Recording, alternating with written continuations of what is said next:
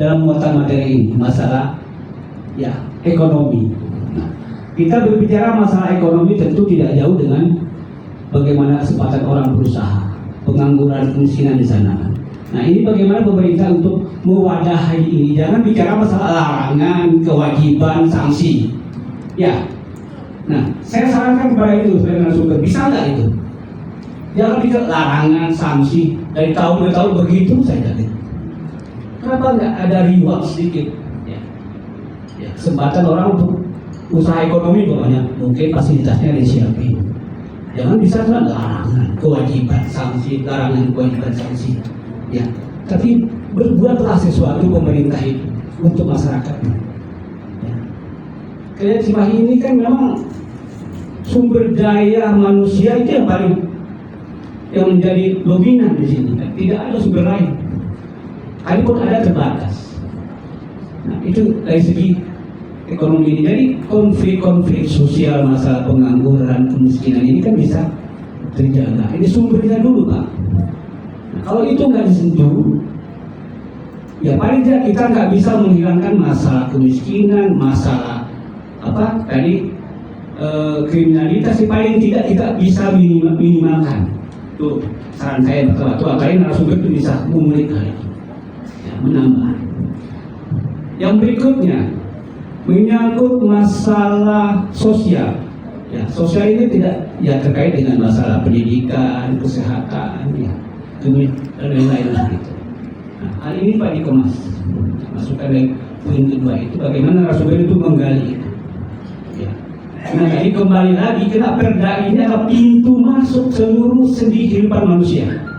Nah, kalau ini bisa ditertibkan, bisa dikemas dengan insya Allah ke depannya akan jadi baik. Nah, nanti narasumber bilang, wah nggak bisa Pak, karena terkait dengan aturan lebih tinggi. Ya, cobalah. Ya, bisa ada cara lain yang bisa diolah, saya yakin bisa ya. Karena ini adalah khusus ya. Karena itu berarti kan mengatur masalah hal yang memang tidak diatur oleh undang-undang yang lebih tinggi. Nah, dari satu sisi dua faktor itu. Yang berikutnya masalah lingkungan. Nah, lingkungan kita berbicara tentu tata ruang sudah ada. Ya, kebersihannya tidak menyangkut semua. Ya, cobalah tata ruang, bagaimana cara peraturan untuk orang berusaha ini jadi permudah atau enggak diperbola. Ya, dibikinlah nanti sudah dikemas sedemikian untuk bagaimana pelayanan ini benar-benar mudah. Ya, tidak ada artinya sekat-sekat yang akan jadi celah pihak yang tidak bertanggung jawab untuk bermain, Pak. Nah, itu dikemas sedemikian. Yang faktor berikutnya masalah keamanan. Ya. Ya, tentu keamanan ini bagaimana, apa yang menjadi faktor utama timbul, ya tentu bisa diupayakan oleh pemerintah, ya lebih spesifik lagi Pak. Jangan lagi bahasa-bahasa yang indah yang dari tahun ke tahun itu saja. Coba apa artinya dikemas lagi bagaimana peran pemerintah secara nyata ada di situ. Kembali lagi, jangan masalah larangan, kewajiban, sanksi itu Pak. Bisa nggak ada reward dari perda ini, ya pasal-pasal tersendiri yang mungkin bagaimana untuk merangsang orang untuk berbuat ya yang lebih baik. Sesuai yang kita harapkan gitu. Jangan kita artinya apa menekankan kepada individu atau personal atau masyarakat, kamu harus berbuat ini, tapi tidak ada feedback yang baik untuk mereka gitu. Artinya yang menguntungkan buat mereka. Salah satu contoh tempat berusaha saja. Ya, bisa nggak dibuat pemerintah menyediakan tempat? Mungkin masalah tempatnya, masalah perizinannya, masalah itu disiapin gitu. Nah, ini mungkin yang belum ada tercakup dalam muatan-muatan materi yang tadi saya jelaskan. Mudah-mudahan sudah ada Pak ya. Nah, itu mungkin harapan saya. Nah, itu yang menjadi harapan saya, masukan saya dalam raperda ini Pak. Mungkin sekian dari saya. Billahi taufiq. Assalamualaikum warahmatullahi wabarakatuh. Waalaikumsalam warahmatullahi wabarakatuh. Mungkin pelaksanaan sosialisasi yang pertama itu bukan hanya nanti harus sudah jadi. Karena sebetulnya ketika setiap tahapan pun di perencanaan, misalnya ketika penyusunan program itu harus ada penyebarluasan. kemudian penyusunan, pembahasan, hasil pembahasan disebarluaskan. Cuman memang bentuknya pun kita harus melihat prioritas anggaran yang ada. Makanya apa? Untuk penyebarluasan itu ada media-media yang sifatnya bisa diakses secara umum. Tidak perlu dalam forum seperti ini. Misalnya ada website, ada JDIH, itu juga bisa dijadikan ruang untuk melakukan penyebarluasan. Kemudian di website itu, atau bahkan beberapa Pemda punya aplikasi misalnya, kita login, punya akun, menyampaikan, wah betul kan nih, sedang ada rencana penyusunan Perda Tertib ini. Kita punya usulan apa gitu. Jadi memang bentuknya sebetulnya bisa beragam, bisa tatap fisik seperti ini, bisa di program lain, bahkan sebetulnya di media-media seperti ya website lah gitu. Website itu pun sama sebetulnya. Karena apa? Muncul alternatif penyebarluasan seperti itu kan mungkin dari sisi biaya, dari sisi SDM. Takutnya perangkatnya itu murni perangkat yang sifatnya pelayanan. Di kami ada dulu ya waktu masih Kemenkumham, teman-teman imigrasi. Mereka tuh penghasil PNBP, penerimaan negara bukan pajak tuh paling besar. Bahkan Kadin Bandung tuh anggaran yang diberikan itu setahun bisa sampai 22 M. Jadi sebetulnya yang dihasilkan itu kan lebih. Anggaran besar.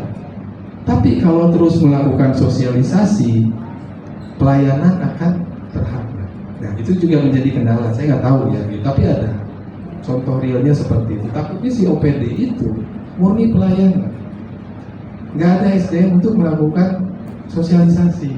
Tapi anggaran ada. Nah, gitu. Jadi memang ini mungkin disisir lagi, yang menjadi bahan saja. Kenapa sih misalnya tadi ada salah satu OPD udah ya Perda itu standar lah biasanya, udah ditetapkan, disetujui bersama, finish, piknik langsung misalnya. Piknik itu istirahat gitu, membersihkan beban ketika melakukan penyusunan dulu. Finish, Perdanya udah jadi. Ya kalau yang kayak gitu, ya itu ya nggak boleh kayak gitu. Jadi minimal ketika ada pemohon 1-2, masyarakat hanya menanyakan info, nanya-nanya doang, mau magang, mau apa, sebar luas. Karena kalau di bagian hukum ataupun nanti di alat kelengkapan Perda ada di websitenya biasanya. Dan kanal-kanal mungkin nanti bisa dibuka. Mana? Ini Pak, tentang beda sama ini Perda buang sampah, dilarang buang sampah. Cuman lihat di HP itu buat tontonan sehari-hari Pak, itu. Jadi hubungan emosional itu kurang. Itu maksud kami sebagai mungkin perwakilan pengurus itu Pak.